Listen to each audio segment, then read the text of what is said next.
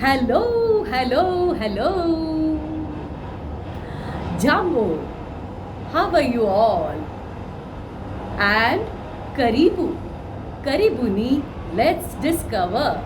That means welcome to Let's Discover. Karibu means welcome. Friends, you must have guessed. Yes, this week, Kenya Part 2. As I told you, more interesting stuff in this episode. We are first going to Masai Mara. We are going to see some game sanctuary, the wildlife.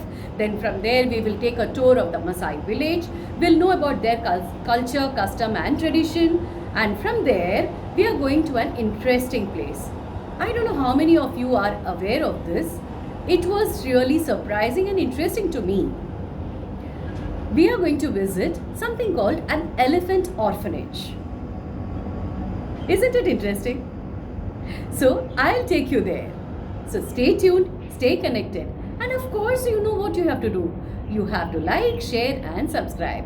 If you haven't subscribed as yet, please do it now. And now the first flight to Masai Mara. The Masai Mara.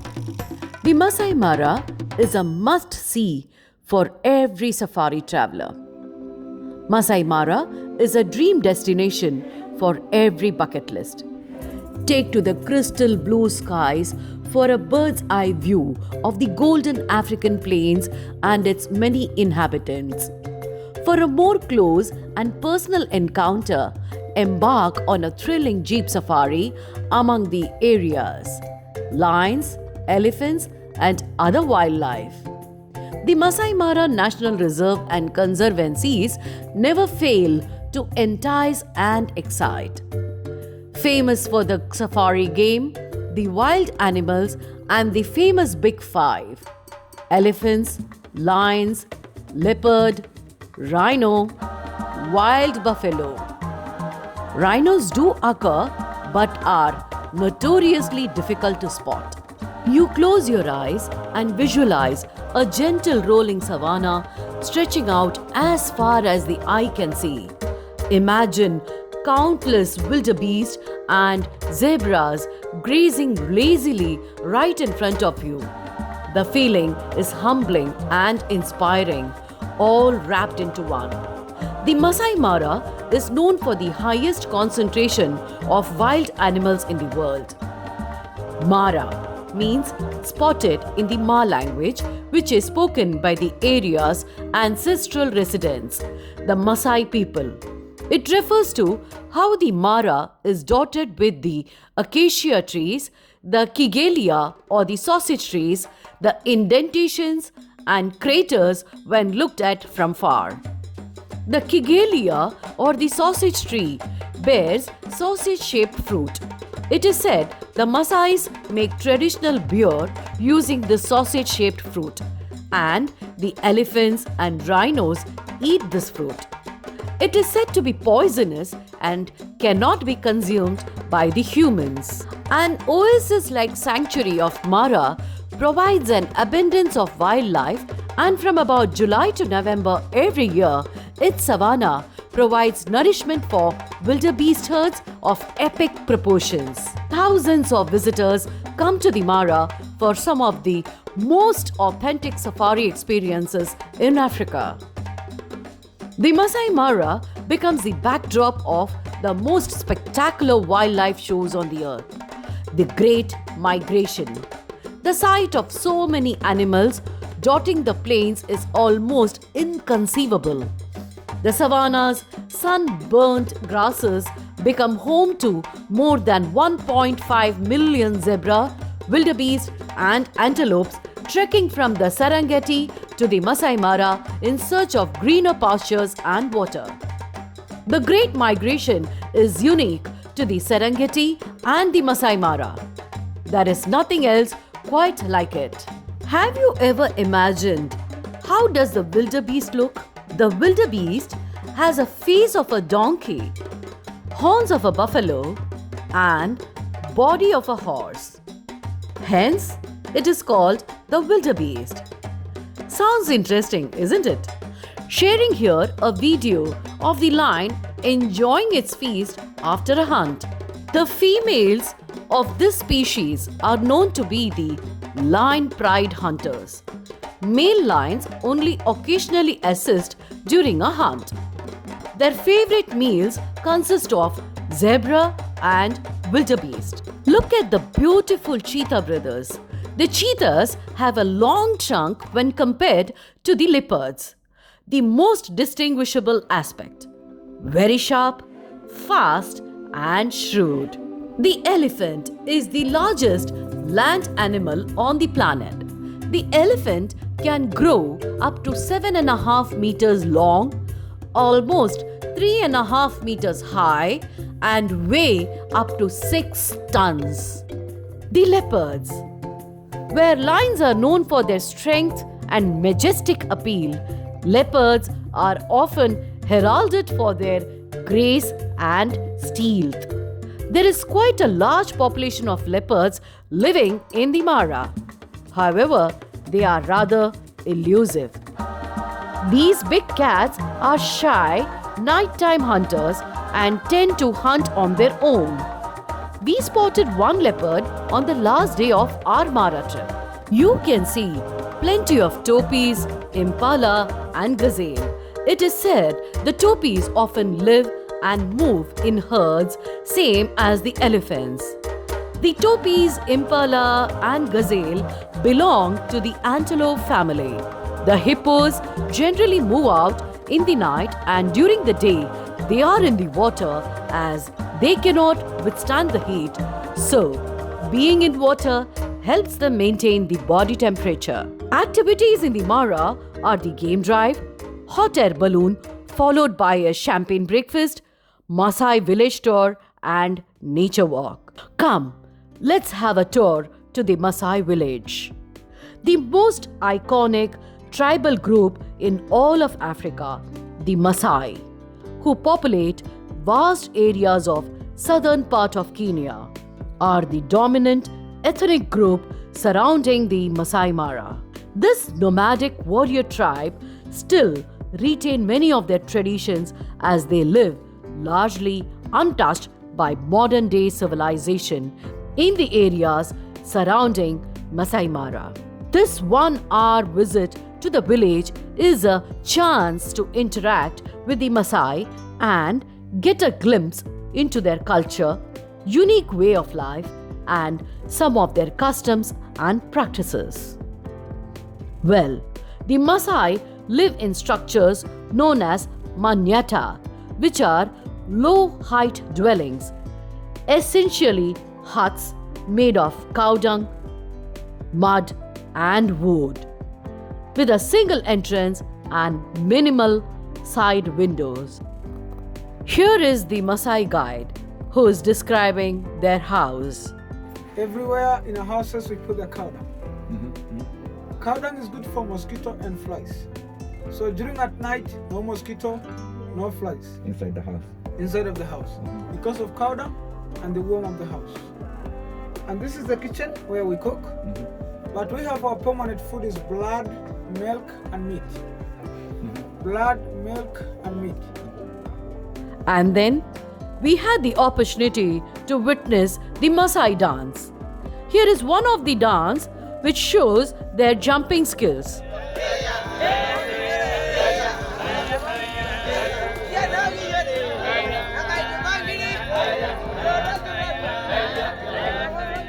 The higher they jump, they get a chance to propose the girl of their choice.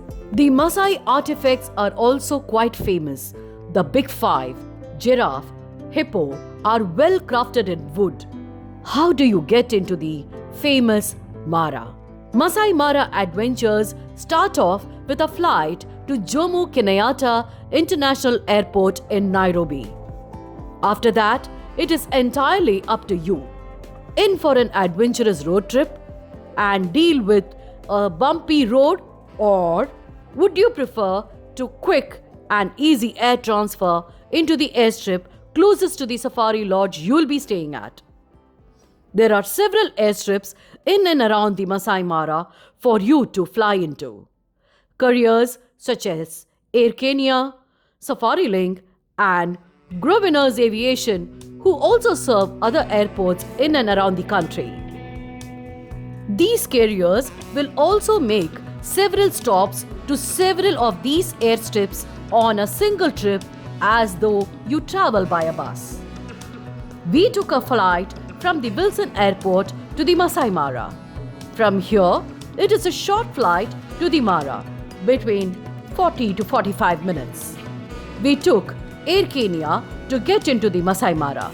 The first halt was at the Kikrok airstrip, which is where our lodge was. It is a single, unpaved airstrip. Appears a bit scary. The air staff themselves remove the luggage and keep it on the ground. It appears as if you were alighting from a bus in bus station. This airstrip mainly serves Kikrok Lodge, Mara Sarowa Game Lodge, Mara Sopa Lodge, Mara Topi Safari Lodge and few others. Friends, from here we move to Lake Naivasha. Lake Naivasha derives its name from the Maasai word for rough water, due to the sudden storms that are known to rise in the area. Located in Nakuru County, Lake Naivasha is a fresh water lake which sits just outside the town of Naivasha, situated at an elevation of 1,884 meters. Lake Naivasha is the highest lake within the Great Rift Valley. Lake Naivasha dominates the landscape and it is surrounded by a swamp. Beyond the swampland, the lake is encircled by forest of the fever tree. Lake Naivasha is easily accessible from Nairobi and the 98-kilometer journey takes around 2.5 hours. Naivasha's proximity to the capital makes it a popular day trip, and the lake can get busy at the weekend. Lake Naivasha is famous for its high populations of hippos and flamingos. There are over 1,500 hippos in the area, and you are almost guaranteed to see one. The lake is a birder's paradise, as it is home to over 400 species of birds, of which great cormorants, long-tailed, fish eagles, pelicans, and all types of kingfishers, and some extremely rare breeding pairs of lammergeiers are also known as bearded vultures. Giraffes, zebras, impalas, and waterbucks can be sighted in the immediate vicinity of Lake Naivasha around the Crescent Island. Boat safaris are one of the most popular activities at Lake Naivasha. Jetting out onto the lake is the best way to get up close to the hippos, pelicans in the lake. If you look to the shores, you may see zebras, wildebeest, and giraffes.